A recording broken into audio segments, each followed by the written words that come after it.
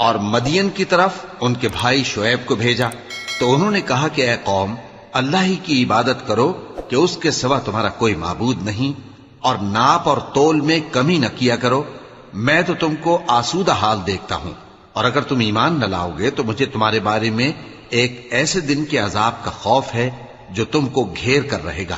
اور اے میری قوم، ناپ اور تول انصاف کے ساتھ پوری کیا کرو، اور لوگوں کو ان کی چیزیں کم نہ دیا کرو، اور زمین میں خرابی کرتے نہ پھرو۔ اگر تم کو میرے کہنے کا یقین ہو تو اللہ کا دیا ہوا نفع ہی تمہارے لیے بہتر ہے، اور میں تمہارا نگہبان نہیں ہوں۔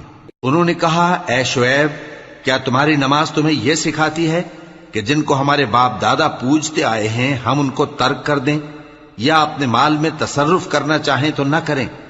تم تو بڑے نرم دل اور بڑے سیدھے ہو۔ انہوں نے کہا کہ اے قوم، دیکھو تو، اگر میں اپنے پروردگار کی طرف سے دلیل روشن پر ہوں اور اس نے اپنے ہاں سے مجھے نیک روزی دی ہو تو کیا میں اپنا فرض ادا نہ کروں؟ اور میں نہیں چاہتا کہ جس بات سے میں تمہیں منع کروں خود اس کو کرنے لگوں۔ میں تو جہاں تک مجھ سے ہو سکے تمہارے معاملات کی اصلاح چاہتا ہوں، اور اس بارے میں مجھے توفیق کا ملنا اللہ ہی کے فضل سے ہے۔ میں اسی پر بھروسہ رکھتا ہوں اور اسی کی طرف رجوع کرتا ہوں۔ اور اے قوم، میری مخالفت تم سے کوئی ایسا کام نہ کرا دے کہ جیسی مصیبت نوح کی قوم یا ہود کی قوم یا صالح کی قوم پر واقع ہوئی تھی ویسی ہی مصیبت تم پر واقع ہو۔